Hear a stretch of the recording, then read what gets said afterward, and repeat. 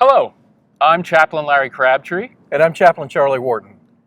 Charlie, we're going to do a new series. And what we're going to ultimately be trying to accomplish is to share some of the most valuable lessons that we've learned during our years of chaplaincy.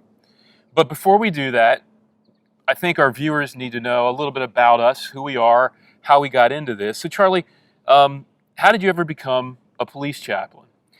It really started with my dad. My dad was a chaplain back in the 1980s, and I watched what he did as a minister and then later as he became a police officer. And the more he did it, the more I became intrigued about what all he was doing.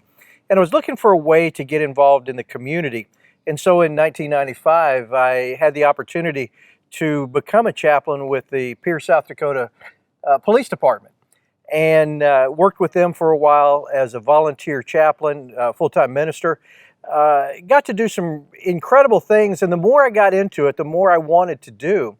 And so in about 1999, I went full-time with the police department in Pierre, and then that led me into a law enforcement career, a full-time law enforcement career that took me to state agencies and then out into Wyoming as well. So after about 15 or so years full-time, then it was time for me to hang it up and came back into ministry.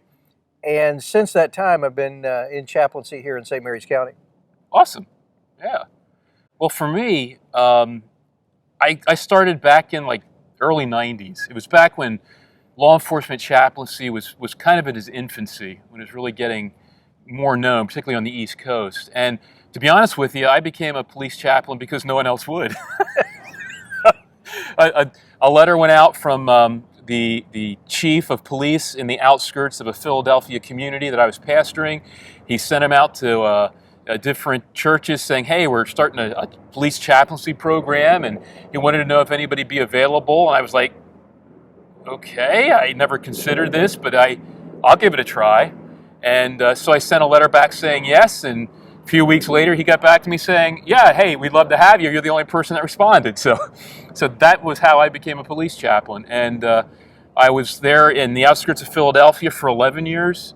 The Lord then moved us to the Michigan area, so outside of Flint, Michigan, and Detroit area. I was a chaplain. That was more jail chaplaincy, working with corrections officers. That was about 5 years. And then the Lord brought us here to St. Mary's County, where I've been the last 10 years. You know, we've done this for decades now between us. What keeps you in this? I mean, why do you do this? I think I really care about law enforcement officers. I mean, that's the biggest reason. I saw years ago when I first started this that they are in a lot of pressure. And in a lot of ways, they get a lot of garbage. You know, people don't have a lot of respect often, and they deal with difficult things. And I was just kind of moved that maybe I can help them. I can be of some service. And that really has been my heart all along.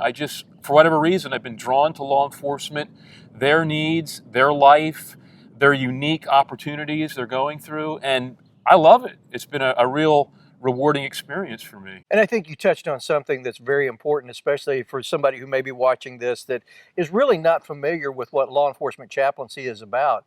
It is about working in the community, but our primary focus is on those that wear the badge, those that are that work in the jails, and that's a very unique ministry. That's right. Well, Charlie, we're going to move ahead here in the next few weeks, and since we've had this, almost 50 plus years of experience between us. And that sounds like a long time, doesn't it? It is a long time. But we've learned some things. And I think maybe what we've learned might be an encouragement to those that are viewing. And so we'll take these weeks, and each of us will share some lessons that we found very valuable during our years as police chaplains. So until we do that, be strong. And be safe.